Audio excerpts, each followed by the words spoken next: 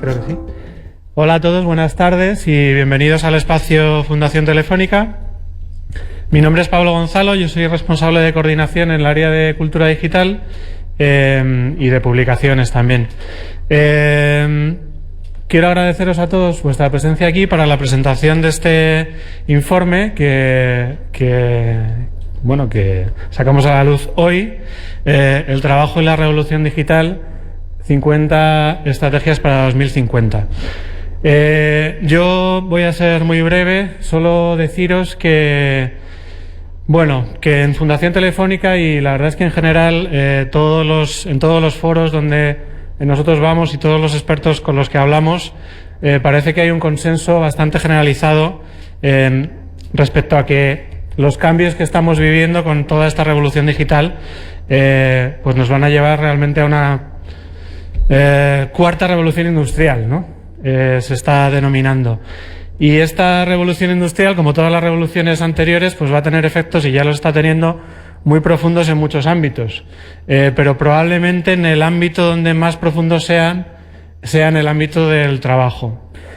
Es verdad que en todos los cambios anteriores ha habido tensiones en el ámbito del trabajo, ¿no? O sea, estamos hartos de escuchar cómo cuando se inventó la máquina de vapor, ¿no? Los señores que llevaban los carruajes decían que esto iba a ser el fin del mundo porque se iba a acabar su trabajo y hubo revueltas en las calles, ¿no? Etcétera, etcétera, etcétera. Ahora lo que parece es que no está tan claro que los beneficios o las nuevas posibilidades de esta revolución digital vayan a superar pues todos los trabajos que se van a probablemente desaparecer por la automatización, por la inteligencia artificial.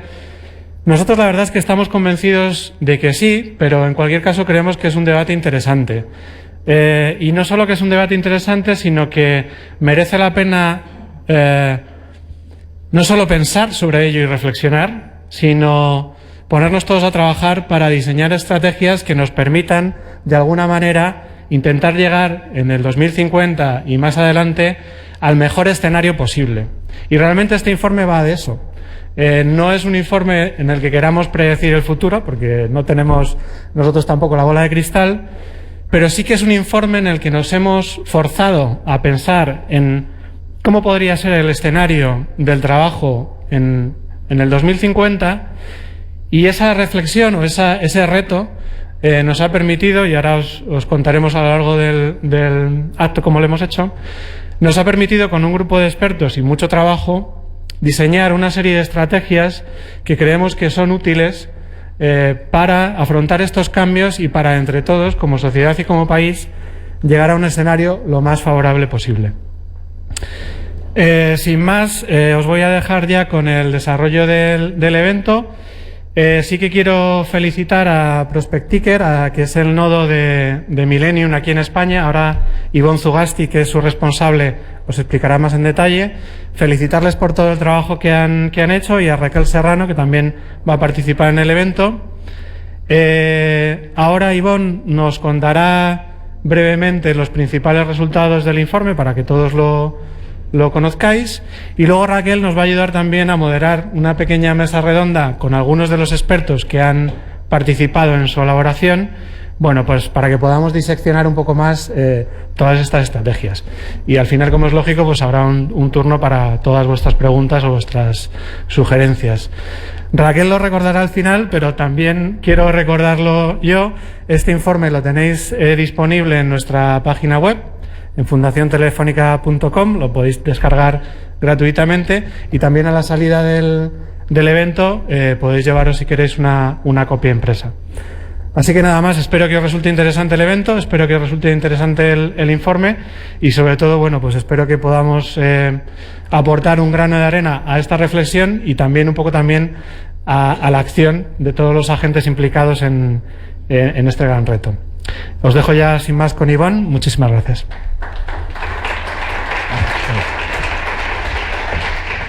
Bueno, buenas tardes a todas y a todos. Es un placer estar hoy aquí en Fundación Telefónica otra vez, desde que iniciamos este proceso en septiembre del año pasado. Empiezo con una pequeña nota. Vamos a intentar acabar a tiempo porque ya sabemos que algunas de las personas que estáis aquí queréis ir a ver el partido del Bernabéu, así que pues no estéis nerviosos o nerviosas porque acabaremos a tiempo. Y empiezo también dando un agradecimiento, por supuesto, a Fundación Telefónica, a todo el equipo que también ha participado en la elaboración de este informe. Gracias a ellos también hemos llegado a desarrollar este resultado hoy en Pablo, Melissa, María, Manuel, todo el equipo que ha contribuido y, cómo no, a todas las personas expertas que han venido participando a lo largo del proceso, tanto en la parte de los talleres de planificación, que han sido muy participativos y muy transversales, como en la parte del estudio Delphi, que se ha ampliado a otras personas también y que nos ha permitido tener otras visiones, que es de lo que se trataba también, ¿no? Tratar este asunto desde una perspectiva global, ¿no? Y hoy precisamente tendremos en la mesa redonda a una representación de esas personas expertas que han estado en estos talleres, ¿no? Bueno, y sin más, voy a empezar un poco a presentar lo que son las principales conclusiones del estudio. Empezaré hablando brevemente un poco sobre qué es el proyecto Millennium y por qué estamos hoy aquí. El proyecto Millennium es una red global de prospectiva o estudios de futuro que surgió a finales de los años 90 y que trataba de generar un pensamiento en forma de un think tank sobre cuáles eran los principales desafíos globales del planeta y de la humanidad en última instancia, ¿no? Estamos hablando de temas que entonces eran un poco que anticipaban lo que iba a pasar o que se iban a hablar más en el futuro, como el cambio climático, la falta de recursos, el cambio demográfico, etcétera, etcétera, ¿no? Bueno, en esa idea, que luego dio paso también a los objetivos de desarrollo del milenio, a la nueva agenda que tenemos hoy en día con los objetivos de desarrollo sostenible, el proyecto Millennium lo que trata de hacer es poner en común el pensamiento de distintos ámbitos, de la academia, de la universidad, de la representación de los gobiernos, las empresas, la ciencia, la tecnología, para establecer estrategias de cómo abordar esos desafíos a largo plazo. Esa es la idea central del proyecto Millennium. Es muy participativa también con la idea de que tenemos más de 60 nodos en todo el planeta y tratamos de unir las visiones locales con las visiones globales sobre estos desafíos, ¿no? Bueno, uno de esos desafíos es el futuro del trabajo y la tecnología, ¿no? Es algo en lo que veníamos hablando en los últimos años, pues porque vemos que en la última década y en las últimas 2 décadas se han producido una serie de cambios estructurales que, pues nos hacen pensar que este cambio, como decía Pablo, puede empezar a ser diferente a las 3 revoluciones industriales que hemos venido experimentando en los últimos años, ¿no? Bueno, estamos hablando que en los últimos años hemos asistido a una concentración de la riqueza cada vez mayor, en pocas manos, digamos, a unas diferencias de ingresos en las rentas que no se habían visto hasta la actualidad, a un crecimiento sin generación de empleo muy importante. Por ejemplo, citamos casos como empresas como WhatsApp, ¿no?, que se vendió recientemente por un importe cercano a los más de 10.000 millones de euros, contando con menos de, creo, 100 empleados, ¿no? Este tipo de cosas no se habían visto hasta ahora en la historia, ¿no? Entonces, esto nos da a entender que estamos en un cambio de paradigma económico claro en los últimos años, ¿no? También muy importante que el retorno de la inversión en capital y en tecnología es mucho mayor que la inversión en personas, digamos, en capital humano. Esto es un poco lo que nos dan también los datos financieros, y partimos del hecho de que las tecnologías futuras podrían, y no decimos seguro, pero podrían sustituir más empleo del que fueran a crear, y por tanto se generara un desempleo estructural preocupante a nivel global, ¿no? Como decía Pablo, esto también era un miedo que existía en las 3 revoluciones tecnológicas anteriores y no ocurrió. Esto es algo que también tenemos presente cuando iniciamos este estudio global, ¿no? Pero esta vez tenemos elementos que nos hacen preocuparnos algo más que las veces anteriores, y hay tecnologías que, bueno, que no controlamos a día de hoy, que son bastante complejas, como es la de la inteligencia artificial, de la que venimos hablando bastante en este proyecto Millennium, y que nos hacen cautelosos sobre esos futuros posibles y nos llevan a tener que pensar que tenemos que anticipar esos futuros más que nunca. Bueno, la idea global del estudio, que se está desarrollando a nivel global y a nivel local, en este caso hemos venido trabajando desde septiembre en España, sigue un poco esta secuencia metodológica. Se ha realizado un análisis global, también una Delphi en tiempo real con personas expertas a nivel global, para ver cuáles eran un poco sus opiniones sobre cómo podía impactar este cambio tecnológico. De ahí se han iniciado una serie de talleres de diálogo en los diferentes países a través de los diferentes nodos, y se han formulado 3 escenarios alternativos globales al año 2050, que son los que hemos utilizado como referencia a la hora de desarrollar todos estos talleres también en España, ¿no? Bueno, hay una conexión entre lo que es esos 3 escenarios globales que están recogidos en el informe Estado del Futuro del proyecto Millennium, un informe que se publica anualmente o en este momento bianualmente a nivel global, y que entregamos a Secretaría General de Naciones Unidas y a otras instituciones, con este informe que se ha desarrollado aquí en España y que presentamos hoy, pero que también se están desarrollando informes similares en el resto de países que están participando en este proyecto, ¿no? Bueno, ¿qué es lo que nos dice el estudio global? El estudio global, en su punto de partida, nos dice que el escenario tendencial ya es preocupante. Es decir, tenemos un escenario tendencial en el que las personas expertas, más de 300 personas que han participado en el estudio global de los 5 continentes, ya nos indican que cuando les preguntábamos qué podría ocurrir con este cambio tecnológico en caso de que no hiciéramos nada, en caso de que no lo anticipáramos a tiempo, nos decían que el desempleo iba a incrementarse de una forma muy alarmante. Estas cifras puede que en España no resulten tan alarmantes, porque las hemos visto y algo recientemente, pero a nivel global os podéis imaginar que llegar a cifras de desempleo del 24% a nivel global sería una verdadera crisis bueno, pues social, económica y sistémica, diría yo, ¿no? Y además vemos que también ese análisis de qué es lo que podría ocurrir se comparte también en las diferentes zonas geográficas. Es decir, todas las zonas geográficas nos dicen que si no hacemos nada vamos a ir a ese escenario tendencial que no es el que queremos, ¿no? Si seguimos para adelante, me voy al anterior.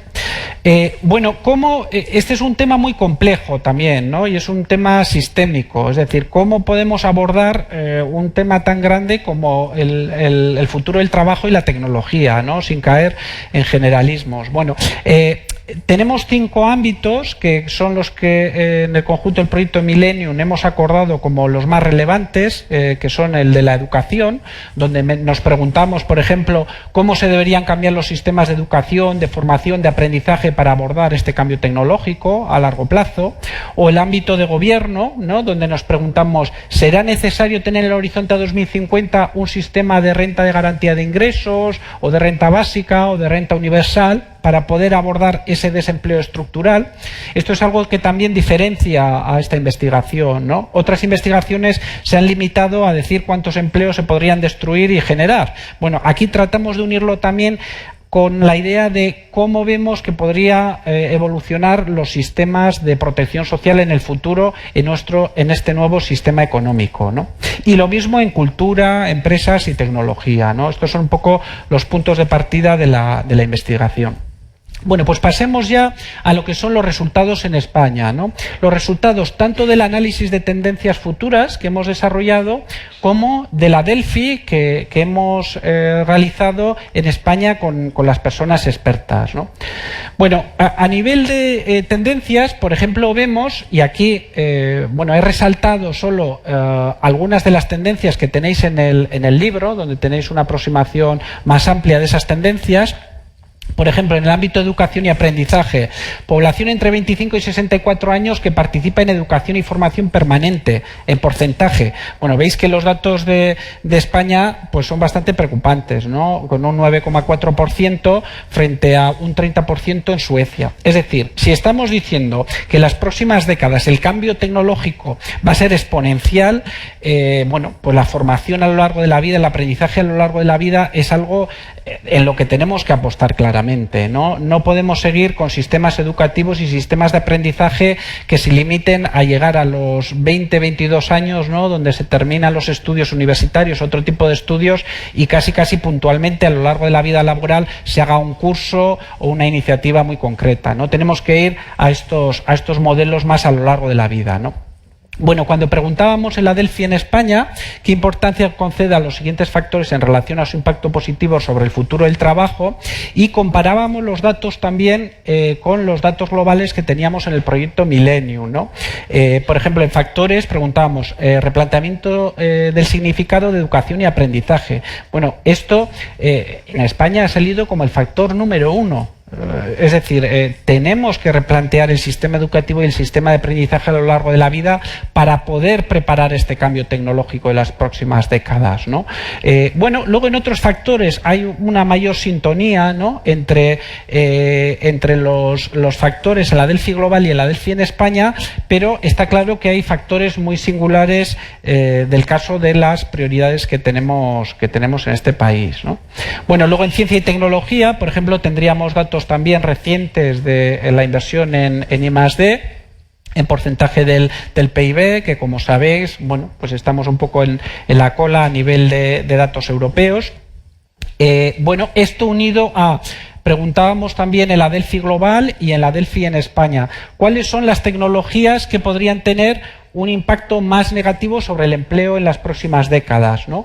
Bueno, ya veis que coincide que es la robótica la que puede tener un impacto más importante en las próximas décadas, tanto a nivel global como a nivel de España, y en el resto de tecnologías hay bastantes coincidencias, ¿no? En el ranking que otorgan las personas expertas. Esto es probablemente debido a que la tecnología es cada vez más universal. Es decir, esto no era como antes, ¿no? Donde había unos países que eran líderes y el resto, bueno, pues siempre llegaba un poco más tarde, ¿no? Hoy en día la tecnología se ha universalizado mucho y ahí tenemos bastante coincidencias. Pero bueno, sobre todo estamos hablando de robótica, inteligencia artificial y la integración del conjunto de las tecnologías, que esto es un poco lo que puede tener un impacto más negativo, ¿no?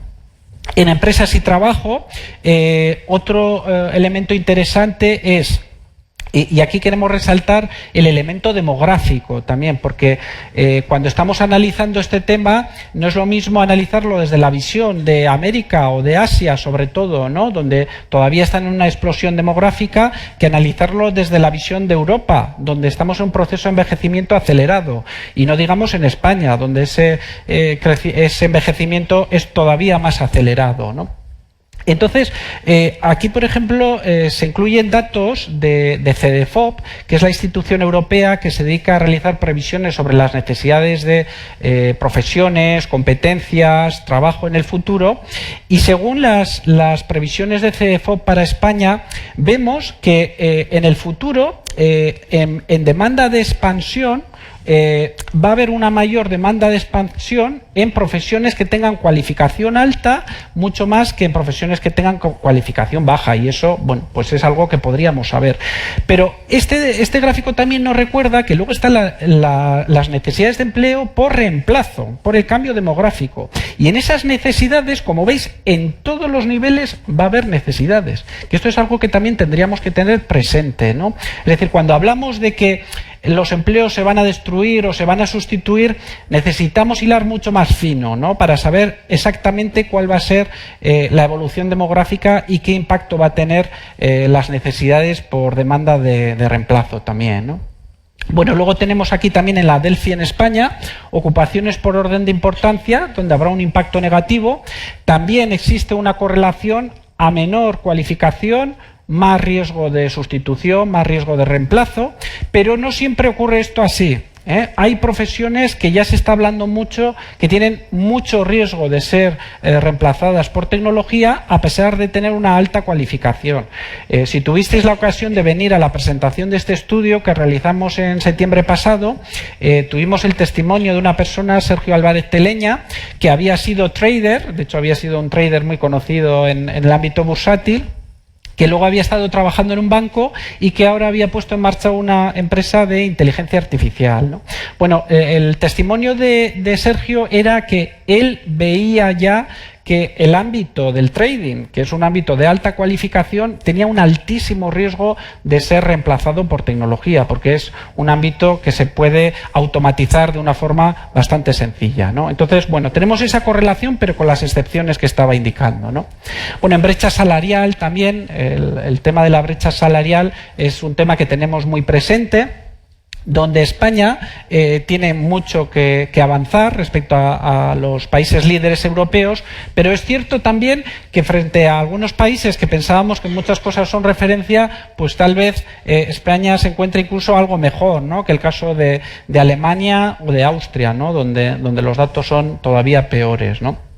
Bueno, cuando les preguntamos también a las personas expertas en España qué importancia concedían a las siguientes estrategias políticas en cuanto al impacto positivo que puedan tener en este cambio tecnológico, estas son un poco las estrategias que ya nos indicaban como estrategias de posible alto impacto, ¿no?, para afrontar este cambio tecnológico. Por ejemplo, consolidar los sistemas de bienestar social para asegurar la renta básica. Bueno, ya se ve que vamos a tener que modificar los sistemas de protección social, como por ejemplo el sistema de desempleo, para adaptarnos a una nueva realidad de un sistema económico, ¿no?, que va a ser mucho más cambiante, mucho más variable que lo que conocíamos en el pasado. Por supuesto, educación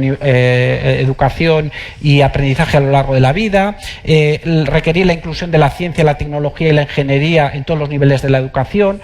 Incluso se hablaba de duplicar los presupuestos de I+D+I a corto plazo para intentar generar un impacto a medio y largo plazo. Bueno, y luego tendríamos el ámbito de gobierno y políticas públicas, donde aquí este es el extracto de la última encuesta, no sé si es la última o casi la última del CIS, donde se pregunta en España cuáles son los principales problemas para la ciudadanía. Ya veis ahí, bueno, pues que sigue el tema del paro, bueno, pues de la política, la corrupción, etcétera, etcétera, pero curiosamente no nos preocupan tanto los temas de largo plazo, es decir, estamos, como suele ser habitual en sociología, más preocupados por las necesidades de Maslow, ¿no?, y no tanto en ese futuro cambio tecnológico y cómo puede impactar en nuestro propio empleo, ¿no? Bueno, también cuando preguntamos a las personas expertas que han estado en los talleres y que han participado en la Delphi, bueno, cómo ven los tres escenarios que hemos definido en el proyecto Millennium a nivel global y que voy a describir ahora brevemente. Curiosamente también aquí hay una división importante, aunque parece ser que en estos momentos el consenso está, o la mayoría está más bien en el escenario tendencial, que es en ese escenario 1 que voy a mencionar ahora brevemente, y que es un escenario tendencial no muy positivo. Bueno, los tres escenarios del proyecto Millennium que se presentaron ya en septiembre son fundamentalmente estos tres. Tendríamos un escenario tendencial que, dicho de una forma muy sintética, supondría que una serie de países, pocos, anticipan este cambio a tiempo y por tanto ponen en marcha estrategias para abordarlo de forma adecuada y son capaces de, digamos, de asumir ese cambio tecnológico sin grandes consecuencias negativas. Luego tendrían, pero una mayoría de países sufren, digamos, ese cambio tecnológico de forma más negativa que positiva. Luego tendríamos un segundo escenario que es todavía peor, donde ahí en esa imagen aparece, digamos, una serie de personas subidas a un camión desesperadas, ¿no?, en un proceso de inmigración para tratar de huir, ¿no?, de todos los problemas que genera este cambio tecnológico, ¿no?, en la gran mayoría de los países, de unos países a otros. Es un escenario todavía peor al tendencial, donde la gran mayoría de los países, pocos países son capaces de afrontar este cambio tecnológico, y por supuesto la humanidad en su conjunto no lo es.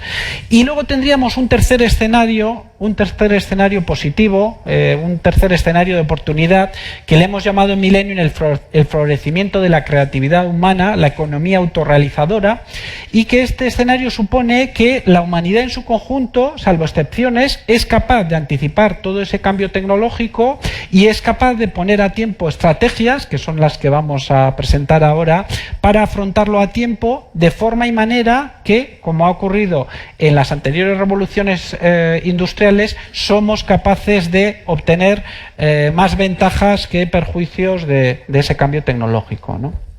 Bueno, para que tengamos una imagen más resumida de los tres escenarios, esta es la distribución que hemos hecho en Millennium de cómo podría ser la población activa en 2050 en cada uno de los tres escenarios. Como veréis, en el escenario 3 de economía autorrealizadora gana más peso lo que llamamos el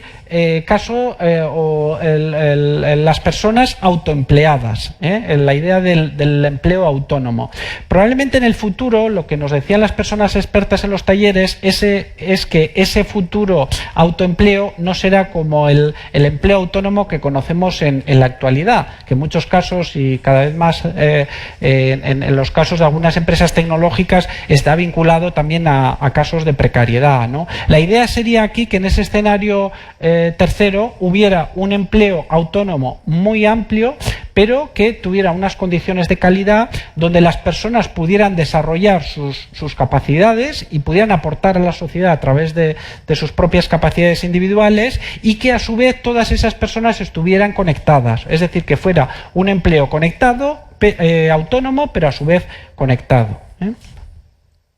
Bueno, esto lo estamos trabajando en los talleres del proyecto Millennium, incluido el de España, que están en diferentes fases de avance a nivel mundial. Estos son unas fotos del taller y de los talleres que hemos venido realizando desde septiembre pasado. Y ya pasaríamos al resultado final de estos talleres, ¿no? Y de este proceso. Las 50 estrategias que entre las personas expertas que han participado en el proceso hemos consensuado de cara al año 2050 en estos 5 ámbitos, ¿no? Estamos hablando, por ejemplo, de generalizar la educación digital e integrar las TICs en la docencia, de incorporar sistemas de inteligencia de mercado a las políticas educativas y de empleo. Es decir, si esto se va a hacer tan complejo, necesitamos también nuevas herramientas para entender cuál es la evolución del mercado de trabajo y para poder anticipar los cambios necesarios de cara al futuro, ¿no? Asegurar la flexibilidad del sistema educativo, un enfoque colectivo en el sistema educativo, o reorientar el enfoque colectivo hacia un enfoque mucho más individualizado, ¿no? Donde conseguimos que las personas puedan capacitarse de la forma necesaria, dinamizar el sistema universitario. Bueno, ahí veis una serie de propuestas que están mucho más detalladas en el informe también, con una descripción más clara de lo que estamos hablando.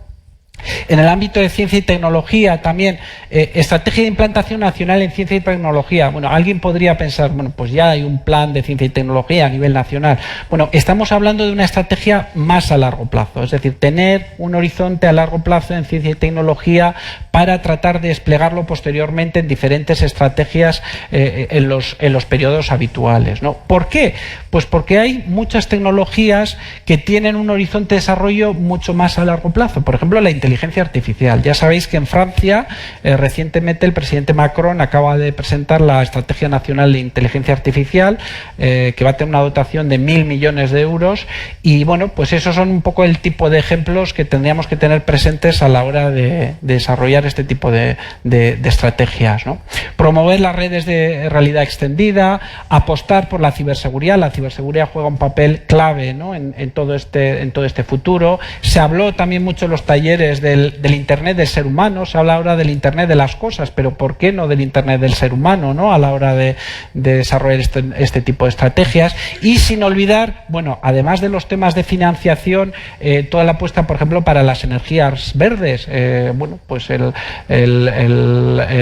ámbito de la economía circular es una gran oportunidad también para para el desarrollo del empleo en este escenario de cambio tecnológico, ¿no? Incluso se hablaba de, en el horizonte 2050, incluir temas de desarrollo de empleo vinculados a la exploración espacial también, ¿no?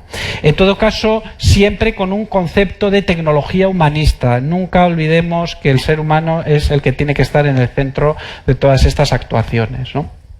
En empresa y trabajo, extender los sistemas de apoyo al autoempleo y el emprendimiento.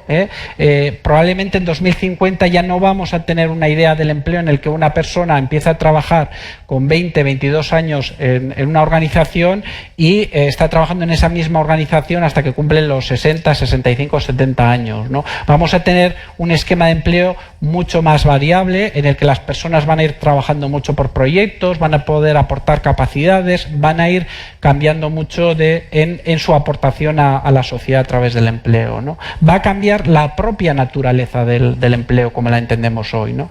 Esto exige también que cambien los sistemas de protección social. Si una persona ya no trabaja 40, 45 años en una misma organización, no tiene sentido que tengamos un sistema de protección del desempleo como lo tenemos hoy en día, donde sí tenemos personas que trabajan 40, 45 años en una misma organización, ¿no? Entonces, ¿cómo podemos hacer que esos sistemas sean mucho más flexibles y adaptados a esa nueva realidad del trabajo, ¿no? Apostar por la gestión del conocimiento, la innovación abierta, por supuesto la responsabilidad social de las empresas, la formación dual, la reinserción laboral, los esquemas de P2P, la formación a lo largo de la vida y los modelos productivos, como decía, basados también en la economía circular, ¿no?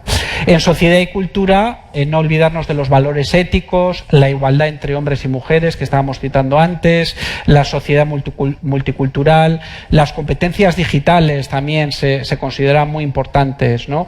Y no solo las competencias digitales en cuanto a la capacidad que tenemos de trabajar con ese tipo de tecnologías, sino también en cuanto a los contenidos, ¿no? Que seamos capaces de generar contenidos adaptados a la realidad propia del país, ¿no? Incluso hemos hablado de los talleres también de realidad aumentada y otro tipo de desarrollos, ¿no? Y por último, en gobierno y políticas, bueno, pues pensar en una estrategia nacional sobre tecnología como una política de Estado. Es decir, esto requiere un pacto global, esto requiere una visión a largo plazo, esto requiere de consensos para poder abordarlo de una forma adecuada, ¿no? El muy importante rol de lo público, de la administración, la inteligencia artificial incluso se ha hablado en la definición de políticas públicas, donde puede ayudar mucho a mejorar los procesos de toma de decisión, nuevos mecanismos de participación ciudadana, gobierno abierto, papel de la administración en la propia ciberseguridad, cambio climático y, como no, los propios esquemas de renta básica, renta de garantía de ingresos, etcétera, etcétera. Bueno, y para terminar, los retos de cara al futuro. Bueno, lógicamente, las estrategias están definidas, pero dar los siguientes pasos son complejos, ¿no? Entonces, estamos hablando de generar espacios de encuentro sobre el futuro del trabajo y la tecnología, la transición entre el mundo educativo y laboral, la formación para el empleo en competencias y valores de futuro, el seguimiento continuo del mercado de trabajo, transparencia, coordinación en red y transversabilidad, condiciones y recursos para el emprendimiento, diálogo social, modelos de mayor corresponsabilidad, estado del bienestar y el modelo de protección social, sectores estratégicos vinculados a la digitalización, como el sector de las tecnologías de la información y la comunicación, y, por supuesto, los valores de inclusión, equidad e igualdad de oportunidades, ¿no? Bueno, todo esto nos tiene que llevar también a marcar una hoja de ruta en una serie de próximos pasos o políticas, sobre todo, que tendríamos que tener en mente. Bueno, vemos que en otros países esto se está abordando a través de estructuras que son posibles, ¿no? Pues, por citar algo como la Oficina de Estrategia en la Oficina del Primer Ministro en Francia, que es algo que ha existido durante muchos años con diferentes gobiernos, además, o el Comité de Futuro en el Parlamento de Finlandia. Estos son ejemplos que, bueno, pues que nos deberían llevar a pensar que es posible dotarnos de estas estructuras en España de cara a abordar estos cambios que son tan complejos y que exigen consensos más allá de lo que son las políticas coyunturales y la actuación del conjunto de los agentes. Entonces, por mi parte, hasta aquí, y ahora vamos a pasar ya a la mesa redonda, Al final tendremos un poco de tiempo incluso para hacer algunas preguntas al conjunto de expertos que nos acompañan hoy en la mesa redonda. Si queréis podéis ir sentándoos. La mesa va a ser moderada por mi compañera Raquel Serrano. Y la idea es que estas personas nos puedan dar un testimonio de lo que hemos venido hablando en esos talleres donde se han consensuado estas estrategias. Bueno, pues sin más, adelante.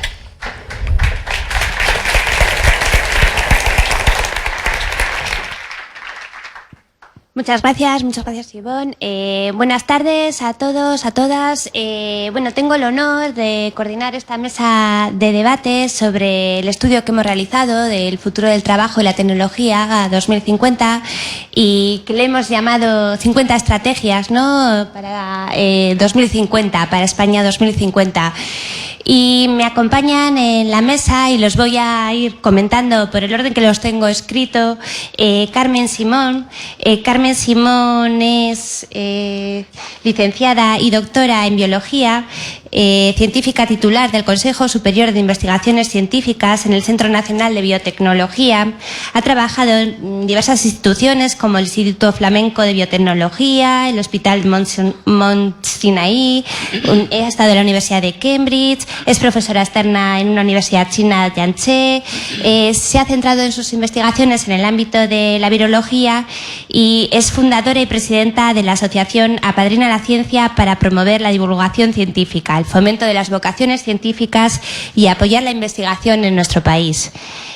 Adolfo Castilla, que lo tenemos en la esquina, es catedrático de Economía Aplicada, doctor ingeniero, licenciado en Ciencias Económicas y Empresariales, en Informática, diversos másters. Es un reconocido experto prospectivista. De hecho, hace años nos comentaba cómo estuvo en Fundesco para llevar un grupo de prospectiva. Es presidente del capítulo español de la World Future Society, miembro del proyecto Link de predicción económica internacional en las Naciones Unidas, presidente de AESPLAN, de la Asociación Española de Planificación y Dirección Estratégica. Juan Jiménez es ingeniero de caminos, canales y puertos, máster MBA, ha sido director de proyectos de prospectiva tecnológica e industrial en la OPTI, actualmente es director ejecutivo del área de proyectos en el área de innovación, es autor de numerosos estudios de prospectiva, ponente, organizador de talleres de prospectiva. Y luego Inmaculada Ballesteros, directora del Observatorio de Cultura y Comunicación de la Fundación Alternativas, es doctora con mención doctor europeo en Historia del Arte, tiene un diploma europeo en Gestión Cultural, máster en Derecho de la Unión Europea, tiene una amplia experiencia en el sector cultural que se ha sido desarrollado en diferentes países, en España, en Italia, en Perú, en Guatemala, en Nicaragua, es consultora experta en cooperación cultural y bueno, ha sido directora del Centro Cultural en España, en Guatemala, en Nicaragua y docente en diferentes programas de posgrado en Europa y Latinoamérica, y seguro que me dejo miles de cosas de todos mis ponentes. Les vamos a lanzar dos preguntas a lo largo de los próximos 20-25 minutos y bueno, como os comentábamos antes de comenzar, el tiempo que tenemos es muy justillo, con lo que seré un poco controladora del tiempo. Y la primera pregunta que nos gustaría lanzaros es, como participantes en los distintos talleres, desde vuestros ámbitos de conocimiento, experiencia tan diversa que tenéis, ¿cuáles creéis que son los principales desafíos para España en este futuro del trabajo? Si queréis, empezamos igual. Vale, empiezo yo, si quieres. Venga. Bueno, intentaré ser breve. Bueno, me parece un ejercicio muy interesante preguntarnos qué va a pasar con nosotros y qué va a pasar en el año 2050, dónde vamos a estar. Predecir el futuro siempre resulta complicado, ¿no? Y deberíamos no intentar hacerlo sin basarnos en los datos que ya tenemos. Si miramos atrás, vemos que los países más ricos y que más bienestar han alcanzado son aquellos que han apostado por la ciencia y por la tecnología. Cada vez que ha habido una revolución industrial siempre ha sido gracias al conocimiento que se ha adquirido, gracias al esfuerzo de muchos científicos, de muchos exploradores que finalmente acaban por aplicar ese conocimiento. Cuando uno habla de tecnología parece claro que hay mucha ciencia detrás, pero tenemos que fijarnos que en cualquier ámbito en el que nos fijemos hay muchísima ciencia, muchísimo esfuerzo de científicos para alcanzar lo que ahora conocemos. Tenemos próximamente un partido de fútbol, pues detrás del deporte no os imagináis la cantidad de ciencia. Si uno hace una pequeña reflexión, inmediatamente se da cuenta.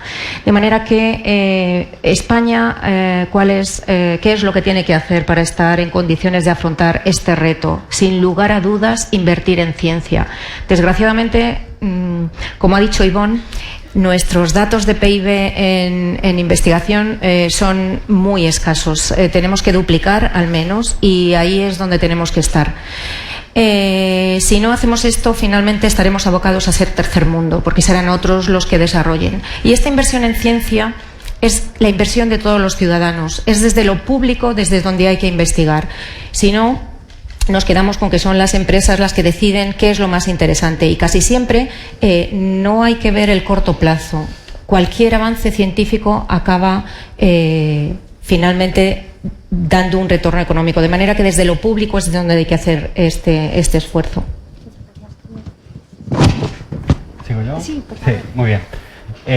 Bueno, yo voy a intentar definir los desafíos utilizando dos metáforas. Creo que el futuro lo podríamos pensar en términos de la integración de lo blando y lo duro, por un lado. Lo blando sería la mente, lo duro quizá la tecnología, el humano y la máquina, y por otro lado la integración de lo rápido y lo lento, de ciertas estructuras socioeconómicas que se mueven a un ritmo muy pausado, muy lento, y de otros agentes que se mueven muchísimo más rápido, como puedan ser todo lo que está relacionado con el ámbito de la innovación, personas y empresas, modelos de negocio nuevos. Entonces, en 2050 yo pienso que seguirá habiendo lugares donde haya inseguridad, inestabilidad, hambre, necesidades sin cubrir, violencia, y habrá otros lugares, y hablo de lugares, no necesariamente de países, que serán grandes generadores de riqueza. Y esta primera dicotomía generará movimiento de las personas buscando un futuro mejor. Con lo cual el primer desafío va a ser la integración de culturas y de maneras de pensar diferente, porque es a lo que nos estamos dirigiendo. Vamos a tener que convivir con personas que piensan de manera diferente o que tienen otras referencias culturales distintas a las nuestras.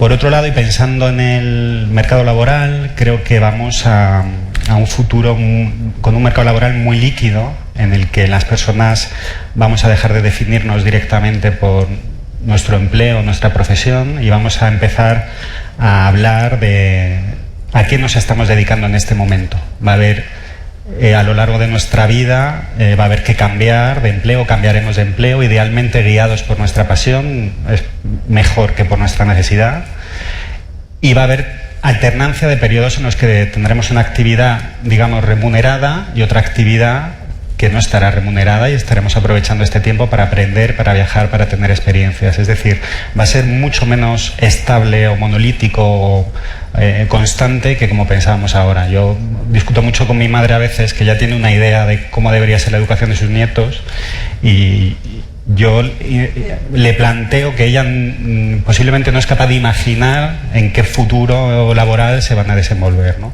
Y luego podemos hablar de qué creo que es necesario para hacer frente a esto. Gracias. Inmaculada.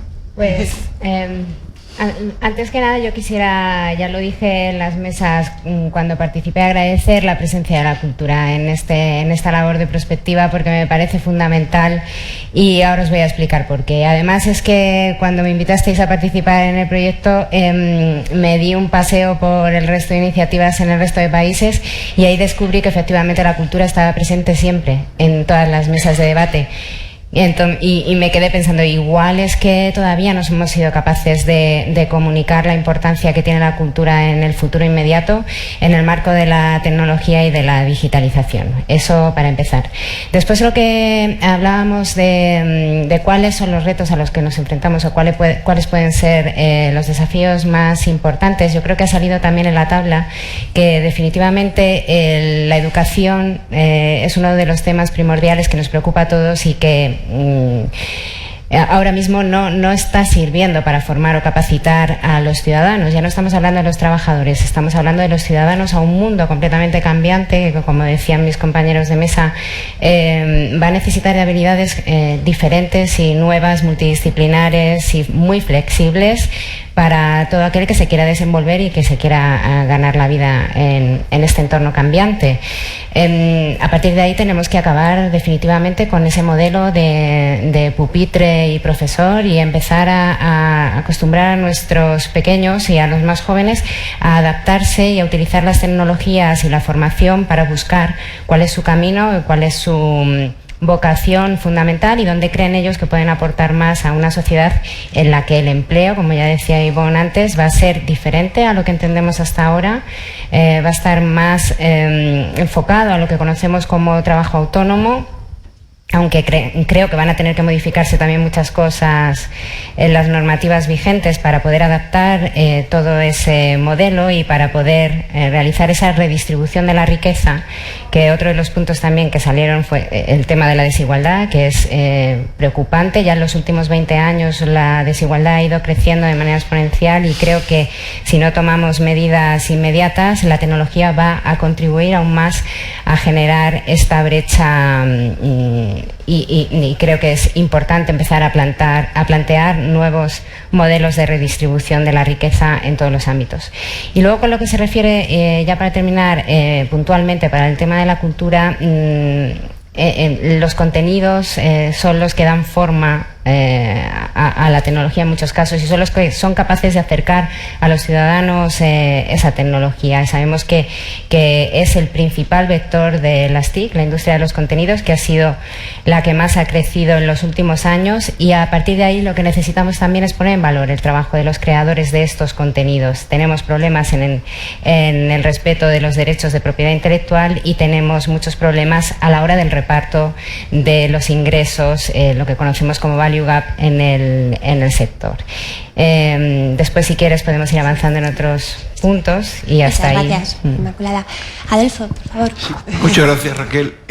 La distribución de las intervenciones que hemos hecho, a mí me ha tocado empresa y trabajo y voy a decir algo al respecto. Pero antes me gustaría agradecer la invitación de Ivonne y de la Fundación a estar hoy aquí. Debo decir que está muy bien organizada, como todo.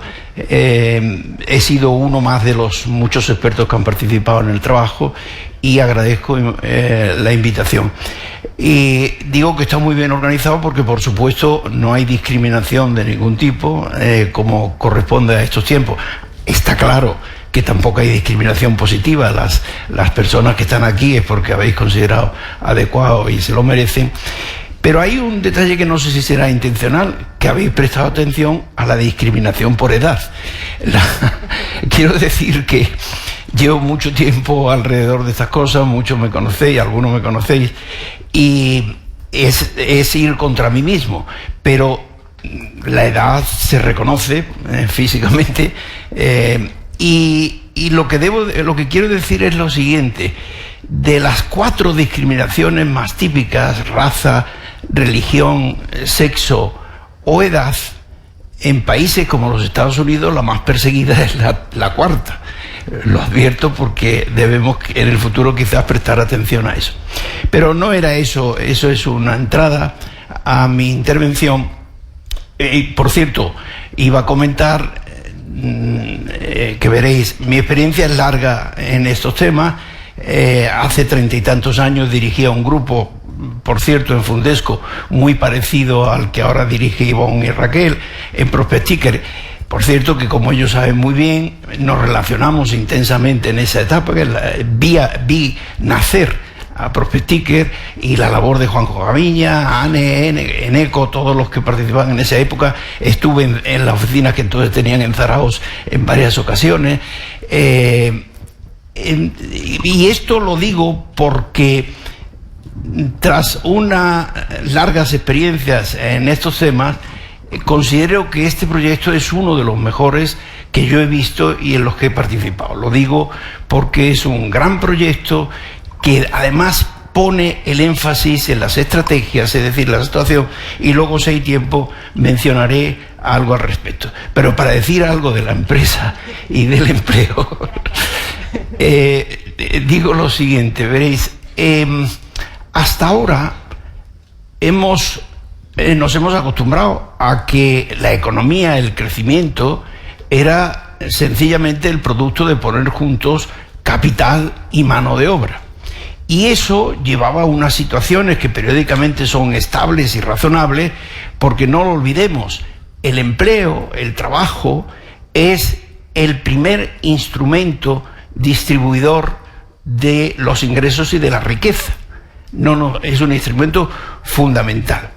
Y hemos unido esas dos cosas y hemos visto que eso era bueno. No hay nada, en mi opinión, más humano que todo el mundo reciba su sueldo, su salario a final de mes y pueda hacer frente a sus deudas, pueda hacer frente a criar a sus familias, etcétera, etcétera. De pronto entramos en una revoluciones tecnológicas donde lo que sabemos, fijaros, como he dicho en otras ocasiones, hay mucha unanimidad en cuanto a un aspecto. No sabemos qué va a ocurrir con el empleo y con el trabajo.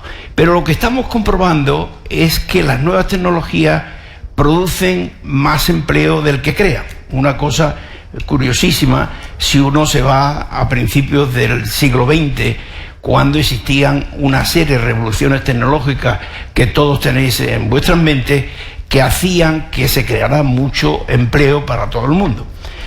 La situación actual es que se crean menos empleos de los que se destruyen. Y eso no sabemos en qué momento puede parar. Y digo una cosa inmediatamente, y sin embargo hay puestos de trabajo que no se cubren por falta de cualificación. Es decir, que estamos ante fenómenos curiosos en el mundo actual. ¿Qué es lo importante de este proyecto, de este estudio? Que ha identificado perfectamente esas cosas y saca la lista de los empleos que más van a ser afectados por la nueva revolución, saca la lista de las profesiones o actividades que más van a ser demandadas, y eso es muy importante, que lo tengamos como resultado de una labor de análisis y de una labor de los expertos, etc. Y por supuesto, entrando en el mundo de las estrategias, y quizás luego tengamos tiempo de detenernos un poco más, las estrategias son claras. El proyecto identifica fundamentalmente que hay que desarrollar el espíritu emprendedor, que tenemos todos que acostumbrarnos al autoempleo, que tenemos que al mismo tiempo preocuparnos por los que se puedan quedar descolgados de esos procesos. La flexiseguridad, que claramente se identifica en el proyecto, me parece importante, y como consecuencia los resultados que el proyecto lista en ambas direcciones, en los más afectados y en las estrategias para resolverlo, me parece que son importantes aciertos del proyecto. Muchas gracias, Adolfo. Y si estos son los principales retos, ¿no?, y los desafíos, ¿cuáles serían las claves para ponerlos en marcha? Es decir, ¿cómo logramos tener estrategias o incorporar estrategias de largo plazo, ¿no?, en las políticas? ¿Cómo vamos a conseguir abordar estos retos? Bueno, eso es evidentemente lo que nos tenemos que poner a trabajar, y hay que partir de la base de que tienen que ser muchos los interlocutores, y aunque contemos con los políticos que finalmente van a terminar haciendo las políticas, no deberíamos tener ese cortoplacismo. O sea, si miramos solo a 4 años, no llegaremos a 2050. 2050 nos barrerá. Entonces tenemos que estar preparados desde todos los ámbitos. Evidentemente la educación es fundamental. Hay que cambiar la educación decimonónica que tenemos, porque ahora es distinta. También hay que quitar la manera de relacionarnos con nosotros mismos, ¿no? Cuando dices ¿qué eres? ¿Qué eres? Soy una persona, me gusta tal cosa, pero no eres médico. A lo mejor eres médico en estos 10 años de vida, pero luego puedes ser cualquier otra cosa. Tenemos que estar preparados para ser multidisciplinares, porque ahora todo es así, multidisciplinar y global. Y yo creo que esto hay que discutirlo en todos los ámbitos. Por eso la labor que hacéis yo creo que está muy bien. Ahora tenemos un un libro donde se ha analizado, y ahora hay que ponerse a trabajar más pronto que tarde, porque yo creo que ya llegamos tarde. Entonces, una vez que identifiquemos cuáles son las cosas importantes entre todos, ir a por ello. Entonces, cambiar desde la educación. La universidad, por supuesto, no puede ser igual porque es distinto, el mundo es distinto y nosotros tenemos que ser también distintos a la hora de interactuar con este mundo que nos rodea. Y fundamental, la ciencia.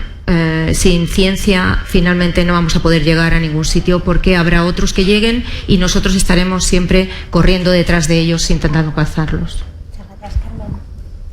Bueno, yo he hablado antes de los movimientos que va a haber de personas buscando un futuro mejor para ellos y sus familias, que considero que es un derecho humano fundamental, además del derecho a vivir una vida lo más plena posible, y la cuestión de cómo nos definimos a través de nuestro empleo, que has mencionado tú también. Entonces, creo que lo que hace falta es un cambio cultural, y cuando hablamos de cambio cultural, la herramienta fundamental es la educación. Creo que ahí vamos a coincidir todos. En primer lugar, tenemos que aprender a aceptar las diferencias y ver el valor que tiene la diversidad y no verlo únicamente como una amenaza, que suele ser el enfoque más habitual. En segundo lugar, aprender a definirnos a nosotros mismos por lo que nos apasiona, más que por aquello a lo que nos dedicamos.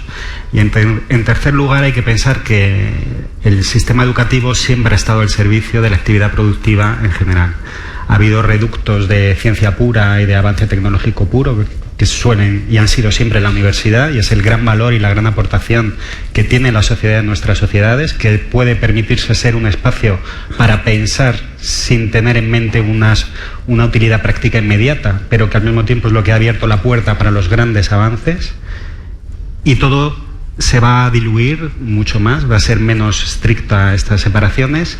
Y tenemos que pensar en un sistema educativo que produzca no personas destinadas a cubrir las necesidades de las empresas, sino personas destinadas a cubrir sus propias necesidades y a ser autónomas, como hemos mencionado, no en el sentido de autónomo laboral que tenemos ahora mismo, sino de persona que es capaz de orientarse, tener criterio, capacidad crítica, formarse a lo largo de toda su vida, alternar periodos de formación con periodos de actividad remunerada y tener criterio para identificar qué es lo siguiente que tiene que aprender. No únicamente dar servicio a las necesidades inmediatas de la empresa, porque si diseñamos un sistema destinado a dar servicio a las necesidades inmediatas, siempre vamos a ir por detrás, porque las necesidades cambian rapidísimamente. Posiblemente uno se identifica con su empleo desde que hay especialización en el trabajo en el Neolítico. Tenemos constancia ya con los romanos, en las lápidas ponían a qué se dedicaban. Era una época en la que la esperanza de vida no llegaba a los 40 años y podías permitirte definirte como zapatero toda tu vida. Ahora no es así, y esto es una de las cosas que yo creo que tenemos que empezar a cambiar, y hace falta, no sé si llamarlo pacto, pero sí que haya una estrategia educativa que no se apruebe por la mínima en el Parlamento, digamos, sino que sea fruto de un consenso lo más amplio posible, de manera que esta estrategia, que tiene que ser revisada en el tiempo, por supuesto, y revisable, sea lo bastante estable como para que podamos tener una época en la que todos vayamos con esta idea de generar personas autónomas más que responder a las necesidades del tejido productivo. Pues mira, yo pensando sobre este tema, la verdad es que los cambios que se vienen son tan disruptivos que en realidad deberíamos modificar nuestra vida como 180 grados y esto es bastante complicado de hacer, por lo que no nos queda más remedio que intentar ir implementando una serie de cambios de manera paulatina. Y bueno, fundamentalmente yo creo que además de que los ciudadanos nos demos cuenta de que estamos ante un entorno diferente y un futuro diferente, creo que también es responsabilidad de los poderes públicos empezar a generar ese marco en el que se desarrollen nuevos modelos de empresa, nuevos modelos de colaboración, de trabajo, y a partir de ahí yo creo que es muy importante poner como prioritaria la agenda digital para España. Debe ser un compromiso no solamente de un gobierno o del gobierno de turno, debe ser un compromiso país. Tenemos el ejemplo de Francia con la República Digital. Yo creo que puede ser una referencia, no solo porque hay muchos países que están dando muchos pasos en este sentido y nosotros una vez más nos quedamos por detrás de los países de nuestro entorno. Creo que es urgente empezar a mover ya los marcos normativos para desarrollar este tipo de cuestiones. Por supuesto, la educación, una reforma educativa, sino de manera disruptiva, sino de una manera paulatina, para que las nuevas generaciones tengan ese futuro que se merecen y que puedan adaptarse a las nuevas necesidades, no tengan que emigrar y no tengan que buscarse el futuro fuera. Precisamente los científicos son unos de los que tienen que marcharse porque no encuentran, por cuestiones tan estúpidas como un marco laboral, una normativa laboral que no les permite dar continuidad a sus contratos de trabajo. Esto me parece una cuestión que se podría resolver con voluntad política en un momento. Nosotros también, por ejemplo, en el sector de la cultura estamos trabajando en el marco de desarrollo del Estatuto del Artista para poder generar estos nuevos marcos, igual en el marco de la propiedad intelectual, como decía antes, para dignificar la labor de los creadores. Pero yo creo que también deberíamos plantearnos lo que se comentaba al principio, todo lo que tiene que ver con el humanismo tecnológico, ¿no? Todo lo que tiene que ver con no perder el norte y no perder la visión humana en el marco de la tecnología. Ser nosotros los que vayamos marcando lo que queremos y lo que no queremos hacer con la tecnología, qué es lo que queremos que nos ayude y qué es lo que hasta dónde podemos llegar y cuál es nuestro ritmo también. Lo que pasa es que, claro, los países de nuestro entorno y el entorno digital tiene un ritmo de evolución completamente diferente al que nosotros podamos asimilar. Pero en principio yo creo que básicamente debería ser modificar temas de educación, modificar sobre todo la normativa laboral, enfocada más a este empleo más autónomo y además sobre todo generar espacios de convivencia y espacios de diálogo para que esta diversidad de la que hablábamos también, estas sociedades tan diversas y tan cambiantes, sean capaces de vivir en paz, ¿no? De no generar conflictos y generar espacios donde se pueda intercambiar y conocer al otro. ¿Y Adolfo? Sí, gracias, Raquel. Me gustaría decir que la perspectiva es el arte de la conjetura. Se refiere a pensar antes de actuar y las conjeturas que hacemos sobre el futuro, mucha gente se equivoca. No es para dejarlas en el futuro, es para traerlas al presente. Y necesitamos hacer esas conjeturas y esas reflexiones porque si actuamos tarde en una serie de dimensiones, pues es malo.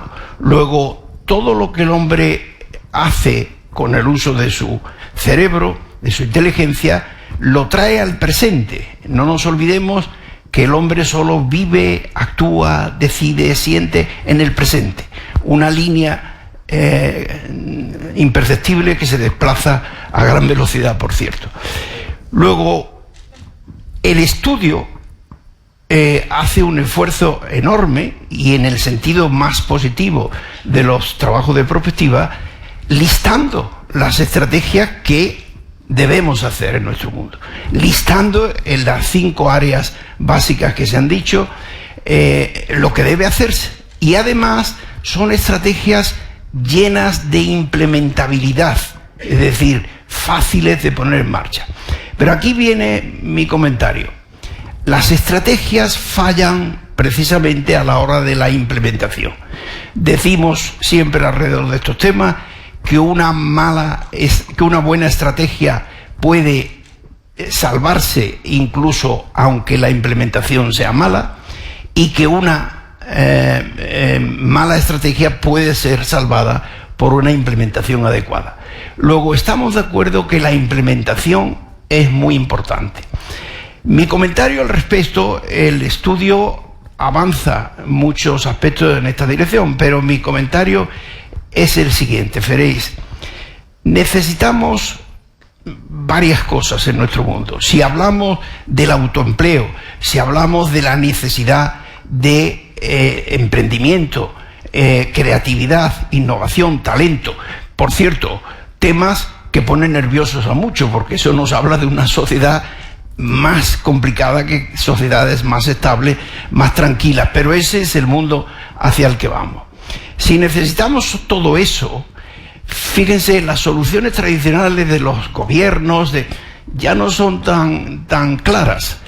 Luego, en mi opinión, necesitamos, para implementar muchas de estas estrategias, primero, dar importancia a la sociedad civil. Somos nosotros. Si hablamos de autoempleo, es la sociedad civil la que tiene que hacerlo. Ya no podemos pensar en el gobierno salvador o en el mundo empresarial. Es decir, que hasta ahora hemos visto, nuestro mundo funcionaba porque funcionaban los gobiernos y porque funcionaba el mercado con las empresas. Pues tenemos que encontrar otras formas, otras áreas de actividad. ¿Qué pasa si ese sistema productivo que les decía antes, combinación capital y trabajo, no produce empleos? ¿Qué pasa si eso ocurre? ¿Qué puede ocurrir? Tendremos entre todos que pensar qué solución tener. Mis años en Estados Unidos, descubrí muy pronto que aquel país había nacido desde cero, que había surgido de unos pioneros, en principio asesinos y prisioneros que llevaban a aquel país.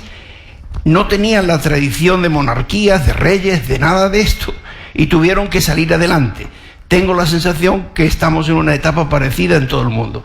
Tenemos que salir adelante, y termino enseguida. Y por tanto, dar fuerza a la sociedad civil me parece a mí que es un camino obligado. Y el segundo comentario era buscar automatismos, instrumentos que faciliten estas cuestiones. Fijaros, uno de los instrumentos más increíbles del mundo capitalista, por cierto, que yo he vivido, son las empresas de capital riesgo, especialmente como funcionan en Estados Unidos, que no han funcionado jamás en otros países. En nuestro país es un desastre. El capital riesgo es la mezcla de un científico, un tecnólogo, con un empresario, con un emprendedor. Y eso crea una dinámica increíble de creación de esas actividades. Mi comentario último, Raquel, perdona, es que quizás eso mismo, esos instrumentos, haya que hacerlo claramente, incluido lo que podrían ser empresas de capital riesgo en ese tercer sector de la sociedad civil que he mencionado. Muchas gracias, Adolfo. Muchas gracias, Inmaculada, Juan, Carmen. Nos gustaría finalizar esta mesa redonda con preguntas por parte del público, de otros expertos, que incluso les vemos y que han ido participando en los distintos talleres del estudio y que quieran aportar. Sí, por favor. Sí, yo veo que se hace mucho hincapié en el autoempleo, pero eso tiene muchos problemas porque, primero, el que se autoemplea tiene que ser productivo y tiene que ser eficaz y tiene que ser competente en temas que no sean triviales. Entonces, la productividad y el autoempleo son prácticamente incompatibles. El que se autoemplea tiene que ofrecer algo que sea muy valioso en el mercado y que solo lo puede conseguir si previamente ha trabajado en alguna empresa en la que ha podido adquirir ese conocimiento para ofrecérselo a un competidor, si no seguiría en la misma empresa. Por tanto, lo que es autoempleo para un fontanero o para un zapatero no tiene sentido hablar de eso al año 2050. Me gustaría trasladar la cuestión a... ¿Quieres contesto yo? Sí, por favor. Pues efectivamente tienes toda la razón si estamos hablando en el marco en el que entendemos el autoempleo ahora mismo, que ya hemos mencionado que va aparejado con muchos problemas de precariedad. Hay una especie de mística del emprendimiento ahora mismo que está basada en nombres propios. Hay grandes nombres como Zuckerberg o Steve Jobs y es un planteamiento que deja de lado lo que ha permitido que estas personas hayan llevado sus empresas al nivel al que la han llevado, que es la gente que hay detrás. Entonces, cuando hablamos de autoempleo, yo prefiero hablar de empleados autónomos, en el sentido de que puede ser asociativo perfectamente. Una idea de autoempleo en la que yo como autónomo, como ser humano autónomo, entro en contacto con otros seres humanos autónomos y ponemos en marcha un producto o un proyecto en común, cosa que ahora mismo no sucede porque pensamos que el que se autoemplea ofrece un producto y un servicio muy específico. Pero la realidad es que en este cambio cultural, en esta nueva educación que tenemos que aplicar, tenemos que invitar a la gente a ser ambiciosa con sus ideas, no tanto a pensar en ganar mucho dinero, sino a poner en marcha proyectos complejos apoyándose en otras personas que están en una situación parecida. Pero coincido en que igual el diagnóstico para España que se hace siempre de que tenemos poco espíritu emprendedor, yo disiento. Yo creo que nuestro tejido productivo es básicamente pyme y micropyme y autónomos, y que igual el diagnóstico está fallando en el sentido de que lo que no estamos identificando es por qué las personas que ponen en marcha proyectos, que igual son suficientes, no tienen éxito en esto que están poniendo en marcha. Y pensar menos en cómo invitar a la gente que no tiene ningún deseo de emprender a meterse en una historia que en realidad no se sienten identificada con ella. Entonces, cuando hablamos de cambio cultural, hablamos de un cambio cultural muy profundo, y un gran desafío que es, tenemos personas formadas, motivadas, autónomas, con ganas de hacer cosas, con curiosidad, que me parece una de las virtudes básicas que tiene el ser humano y que sí que nos distingue de las máquinas y que nos distingue del resto de la creación que conocemos, y personas que por sus condiciones de nacimiento, de crianza, de educación, de procedencia geográfica, no tienen el mismo nivel cultural, no tienen la misma inquietud, y que es más difícil reconvertirlas o pedirles que vayan cambiando de empleo en este futuro escenario ideal que estamos pensando para 2050. Ahí tenemos un verdadero desafío, y creo que la respuesta es que las personas que tienen más inquietud tienen que ayudar de alguna manera a los demás en esta interculturalidad y en esta diversidad de la que también he hablado, a hacer cosas por ellas mismas, porque no podemos esperar que externamente algo nos dé un mecanismo de contención o de equilibrio que no parta de esta iniciativa de las personas. En ese sentido sí que estoy muy de acuerdo contigo de que la sociedad civil tiene un reto y no estamos acostumbrados, y vamos a un mundo en el que el ser humano va a tener el mayor nivel de independencia y de capacidad individual que ha tenido nunca en la historia, y la mayor esperanza de vida que ha tenido nunca en la historia, y el mayor riesgo de aburrirse también. Entonces son muchas cosas que tenemos que poner en relación. Muchas gracias, Juan. ¿Alguna otra pregunta? Sí, ¿Público? aquí, a vuestra derecha. Sí. Hola. Allí también. Sí, mira, yo tengo un peque de 11 años, al año que viene empieza secundaria y creo que es un momento crítico en su vida. Y con vuestra perspectiva, me gustaría que nos dijerais un poco por dónde deben ir los tiros de esa educación que ahora es, pues yo a mi juicio creo que es neolítica. Entonces, ¿por dónde deben ir los tiros de la educación de estos pequeños con vuestra visión? Gracias. Por favor. Bueno, perdona. En dos palabras, identifica cuanto antes qué es lo que le gusta y lo que le apasiona. Y no digo más. Bueno, no solo eso, sino también yo creo que educarle en la flexibilidad. O sea, en que todo va a ser reversible, que necesariamente no hay una única vía, que va a tener que beber de muchas fuentes, y al final eso le va a dar una versatilidad, porque realmente no sabemos lo que se viene. O sea, hace poco no sospechábamos que íbamos a tener toda la información en una mano. La memoria se ha dejado a un lado. Trabajar en equipo, algo que todavía no se trabaja con suficiente ahínco en nuestros colegios, desgraciadamente, pero por ahí es por donde hay que ir. Entonces al final encontrará que a los 20 años le apetece mezclar música y a los 30 quiere ser otra cosa, y estará bien. Y me gustaría añadir que a lo mejor nosotros no tenemos que inventar nada nuevo, porque ya hay otros países de un entorno cercano, como los países nórdicos, que están aplicando modelos de enseñanza en las escuelas desde hace mucho tiempo, que son modelos mucho más abiertos, en los que los niños aprenden desde hacer una estantería con madera hasta cocinarse unos huevos fritos. O sea, son habilidades no para, como decíamos antes, para el sistema de trabajo, para preparar trabajadores para el mercado, sino para crear ciudadanos autónomos.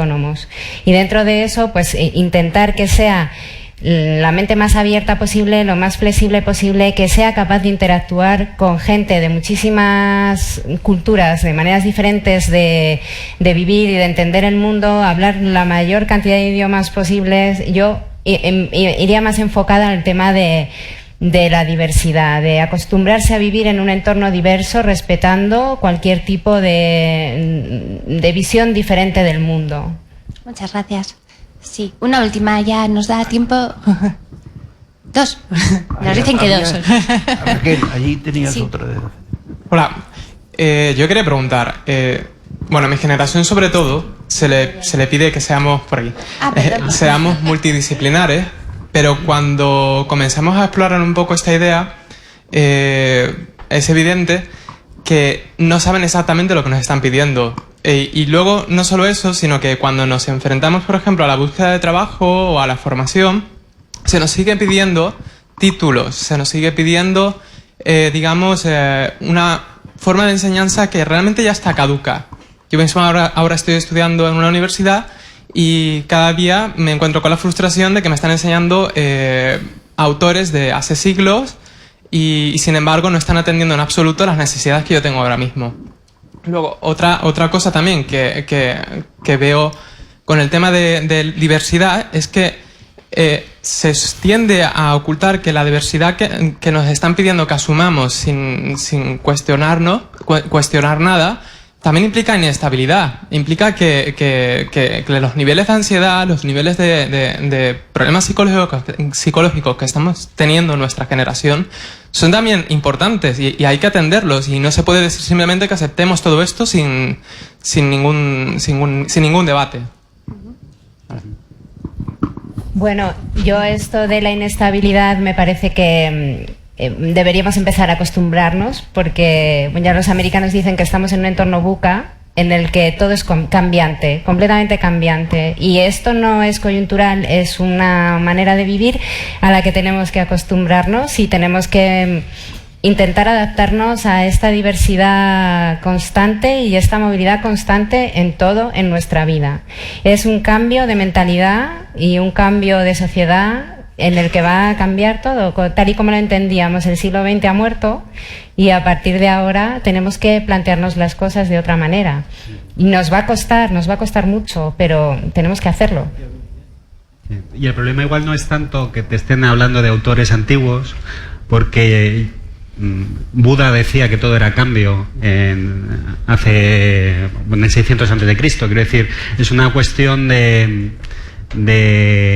abrir la mente, y efectivamente estos problemas que existen, que tú has mencionado, hay que incluirlos en las estrategias formativas. Efectivamente no te lo puedes encontrar de boca sin que nadie te haya preparado para ello, pero de eso se trata, de incluirlo, que no está incluido, en la educación que recibes desde que eres pequeño. A ti te ha tocado la peor parte, que es la de encontrarte con ellos sin que te hayan preparado para ello. En las universidades, por ejemplo, en Inglaterra, tú te haces los itinerarios que quieras, cogiéndote créditos de cosas completamente distintas. Aquí no, aquí estamos todavía un poco encorsetados. En alguna universidad ya sé que se puede hacer, la Pompeu Fabra, y seguramente de aquí a 5 años todo cambiará o deberá cambiar en este sentido. Pero tú has llegado un poco antes. Pero como la vida es larga, ya han dicho que la esperanza de vida podrás alcanzarlo sin problemas. Y una última cuestión. Yo veo la mano, ya lo siento, le llevo viendo la mano levantada al pobre señor. Hola. Hola, ¿qué tal? Bueno, mi pregunta va un poco en la línea del compañero, porque ustedes han comentado que, bueno, la pluralidad en el empleo que se debe cambiar, que han puesto el ejemplo del médico, ¿verdad? Pero claro, ahora una carrera de medicina pues dura de 4, 5, 6 años y se te da medianamente bien. Luego el MIR son otros, a lo mejor otros 3, 4. No sé, te estarás estudiando 12 años para que luego cuando empieces a trabajar se te plantea que quieras volver a cambiar de empleo y estudias otros 10 años otra carrera. Esa es mi pregunta. Es que eso es completamente distinto. Eso es lo que pensábamos antes que pasaba. Tú estudiabas una cosa y luego la aplicabas a lo largo de tu vida. Ahora tienes que seguir estudiando continuamente, porque lo que empiezas a estudiar un año, cuando acabas en la carrera, es completamente distinto. De manera que vas a seguir educándote, estudiando, y eso será además gratificante. No sería un rollo si no hacer exactamente lo mismo. De manera que ahora un médico, tú crees que lo que ha estudiado en primero, cuando llegas a esto ya es completamente distinto, porque todo avanza. Ya no es el concepto de estudio una cosa y la sigo aplicando todos los días de mi vida a lo largo de todos los años de mi vida. Afortunadamente eso va a dejar de ser así. Es una ventaja. Además, hay cosas que tú aprendes y que no eres consciente cuando te preguntan. Yo tengo muchos amigos arquitectos que no han pensado que las habilidades que ellos tienen de pensamiento lógico, pensamiento espacial, visión, capacidad de diseño, las pueden aplicar en otros campos. Ellos renderizan edificios en 3D para presentar sus maquetas y sus proyectos y no se les ha ocurrido que pueden hacer arquitecturas para videojuegos, por ejemplo. Porque tú has aprendido al mismo tiempo que unos conocimientos específicos, unas habilidades transversales, y ni siquiera nos han ayudado a darnos cuenta de qué hemos aprendido realmente en nuestra carrera. Aparte de anatomía, has aprendido responsabilidad, has aprendido a gestionar tu tiempo, has aprendido a preocuparte por los demás, porque la medicina es una carrera muy vocacional, has aprendido una serie de cosas que ni siquiera nos han enseñado a ver, pero que están ahí, que podemos poner en valor, sobre todo para nosotros mismos. Oye, doy mi opinión al respecto, que es la siguiente. Vamos a ver, no nos engañemos. En el caso concreto de España, tenemos hasta ahora, una enseñanza superiores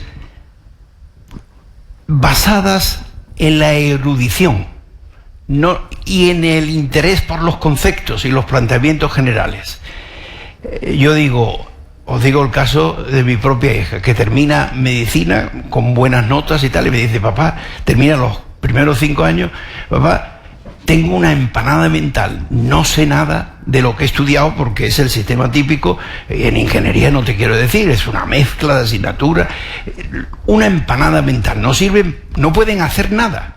No pueden hacer nada. La mayoría de las enseñanzas son erudición, historia, planteamientos conceptuales, etcétera, etcétera. Eso es así de claro.